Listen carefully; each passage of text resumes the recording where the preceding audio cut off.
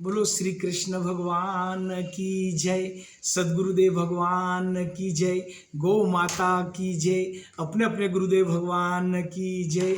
तो आइए हम श्रवण करते हैं श्रीमद् भागवत गीता का 6ठे अध्याय का वर्णन कर रहा हूँ मैं। भगवान श्री कृष्ण कहते हैं, अर्जुन को कह रहे हैं कि हे अर्जुन, जो पुरुष कर्म फल को न चाहने वाला, वो कर्म फल को न चाहने वाला ही वह मतलब योगी नहीं है, और केवल अग्नि को त्यागने वाला भी योगी नहीं है। भगवान श्री कृष्ण कहते हैं, और क्रियाओं को त्यागने वाला ही योगी नहीं है। भगवान आगे कहते हैं कि संकल्प को त्यागने वाला भी योगी नहीं है। भगवान अर्जुन को कहते हैं कि निष्काम कर्म करने वाला योगी है, यानी कि जो निष्काम कर्म करता है, किसी प्रकार का अहम नहीं है, और कार्य करते जाए, भगवान के ऊपर प्रीति किया जाए, और कर्म करता है अहम को त्याग कर, वासना को त्याग कर, ब्रह्मचर्य का पालन करते हुए इस कार्य को जो करता है वह परम योगी कहलाए। देखिए 6ठे अध्याय में भगवान ने कितने अच्छे से अर्जुन को समझा है। हम जो भी कर्म करें वह क्रियाओं को केवल त्यागने वाला, या केवल मतलब जो है क्रियाओं को त्यागने वाला ही योगी नहीं कहलाया है। अहम नहीं होना चाहिए। भगवान आगे कहते हैं कि सर्दी, गर्मी, बरसात जिनका ऊपर कोई असर न हो, और ब्रह्मचर्य के नियम का पालन करते हुए जो योग की साधना करता है वह परम योगी कहलाया। देखिए भगवान ने कितनी अच्छी बात अर्जुन को कहा है। जो सुख दुख में सम रहता है, मतलब क्रियाओं का जिसके ऊपर कोई असर न हो, वह परम श्रेष्ठ योगी कहलाया है। तो भगवान एक तरह से अर्जुन को परम योगी कहलाने के लिए ही भगवान ने कहा कि तू परम योगी बन। एकांत भाव, जो एकांत भाव में जो इस क्रियाओं को करता है वह परम योगी कहलाता है।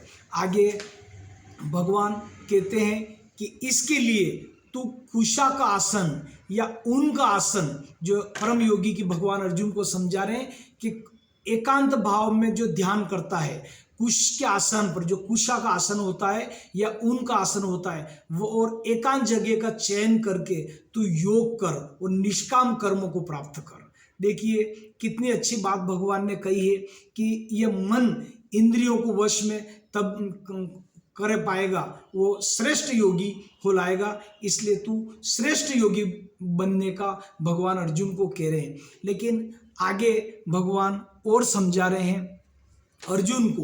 क्या बता रहे हैं भगवान कि योग के द्वारा इस चंचल मन को काबू पाना चाहिए। लेकिन अर्जुन कह रहा कि हे भगवान, इस चंचल योग पर कैसे मैं काबू पाऊं, यह प्राप्त करना मेरे लिए कठिन है।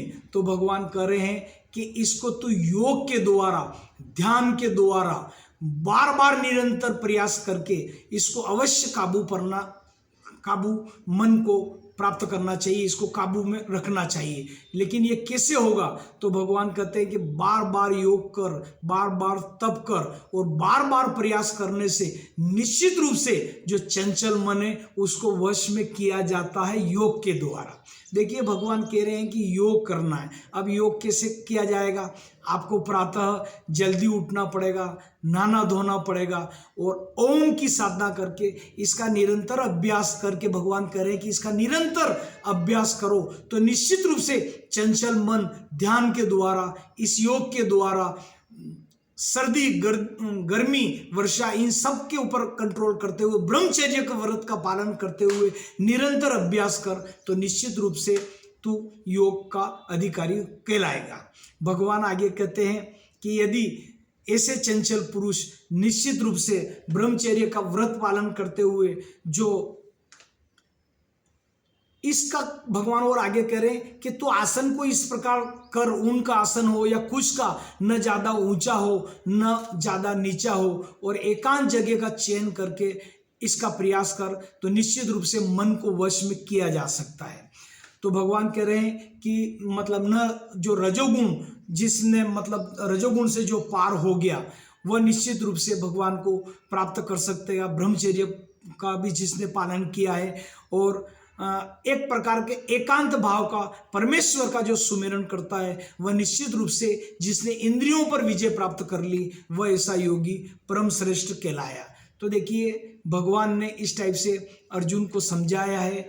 और एक और भगवान आगे कहते हैं कि निश्चित रूप से जिसने भी इस योग को कठिनता से प्राप्त कर लिया और अपना मतलब जो ये चंचलता को प्राप्त कर लिया है और योग के द्वारा मन को वश में कर लिया है, तो आने वाला उस श्रेष्ठ योगी को मैं भगवान कह रहे हैं कि अगला जो जन्म उसको मिलेगा, निश्चित रूप से भगवान उसको श्रीमान घर में उसका जन्म होता है। और जब वह श्रीमान के घर जन्म अगर उसका होता है तो निश्चित रूप से उसका कल्याण भगवान करते हैं। आगे भगवान कहते हैं कि उसका योगी मतलब परम श्रेष्ठ अर्जुन को इस चंचलता मन के लिए कह रहे हैं कि तू निरंतर भगवान का प्रयास कर, निरंतर प्रयास कर, तो निश्चित रूप से तू परम श्रेष्ठ योगी बनेगा। और योगी भगवान करेगी, योगी तपस्वी से श्रेष्ठ है, तू योगी बन। यानी कि शास्त्र का ज्ञान करने, शास्त्र का जो ज्ञान जिसको प्राप्त है उससे भी योगी से तपस्वी श्रेष्ठ है, और तपस्वी से शास्त्र का ज्ञान जिसको उससे भी योगी श्रेष्ठ है। तो भगवान हर हालत में अर्जुन का उद्धार करने के लिए आम जन के माध्यम से ये भगवान ने कही ये बात। आपके मतलब अर्जुन कह रहा है कि मेरा जो छेदन मन है, यानी कि भगवान केवल आप ही कर सकते हैं, यानी कि मेरा जो मन का छेदन है वो केवल और केवल आप कर सकते हैं। पुनः भगवान की तरफ अर्जुन झोली में जाके बैठ गया है। तो भगवान कहते हैं कि निश्चित रूप से तू बार बार प्रयास कर, और जितना बार बार प्रयास करोगे तो इस चंचल मन पर काबू होगा। ये श्रद्धा आपको रखना पड़ेगी, जो मुझे निरंतर भजता है। भगवान कह रहे हैं कि जो आखिरी में देखिए अर्जुन को योग से भी कह दिया है, चंचलता कम करने का कह दिया है, और भगवान ने कहा है कि योगी तपस्वी से श्रेष्ठ है, और तपस्वी से भी शास्त्र ज्ञान वाला, और शास्त्र ज्ञान वाला सा जो मेरे को निरंतर श्रद्धा रखता है, जो मेरे को निरंतर बसता है, वह महात्मा अति मुझे प्रिय है। देखिए आखिरी में भगवान ने कहा है कि जो मुझे निरंतर बसता है, मतलब निरंतर भजना मतलब सुमिरन करना है।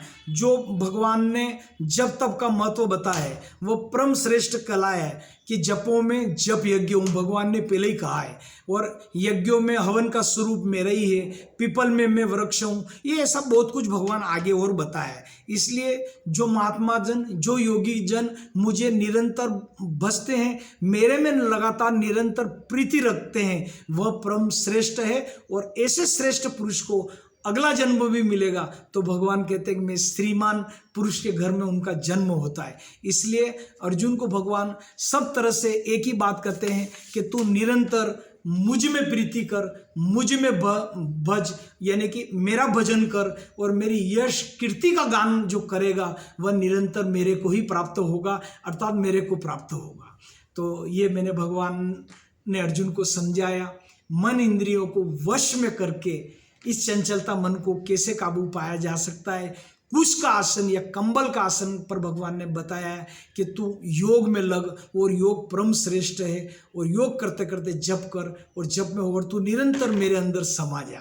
ये भगवान ने अर्जुन को इस गीता के 6 अध्याय के माध्यम से, 6 अध्याय के वर्णन से भगवान ने बताया। बोलो आज के आनंद की जय, कृष्ण कन्हैया लाल की जय। तो हमारे चंचल मन को हम शास्त्रों द्वारा अवश्य रूप से हमारी जो गीता है उसका बार बार अध्ययन करके भगवान में प्रीति लगा के इस चंचल मन को हमको काबू पाना चाहिए। यह आज के पाठ का सार है। निश्चित रूप से आप और हम सभी लोग इस चंचल मन को वश में करने का प्रयास करेंगे, जिस प्रकार अर्जुन से भी नहीं हो रहा था, लास्ट में उसने चंचल मन पर काबू पाया, ऐसा आप और हम भी पाएं।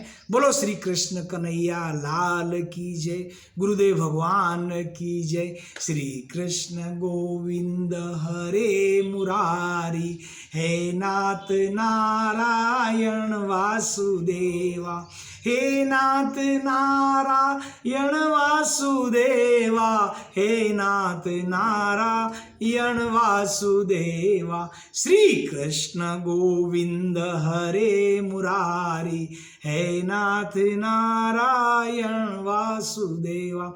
बोलो कृष्ण कन्हैया लाल की जय, सद्गुरुदेव भगवान की जय, आज के आनंद की जय, गौ माता की जय, धर्म की जय हो, अधर्म का नाश हो, प्राणियों में सद्भाव, विश्व का कल्याण हो। हर हर महादेव। छठे अध्याय की आज समाप्ति हो गई।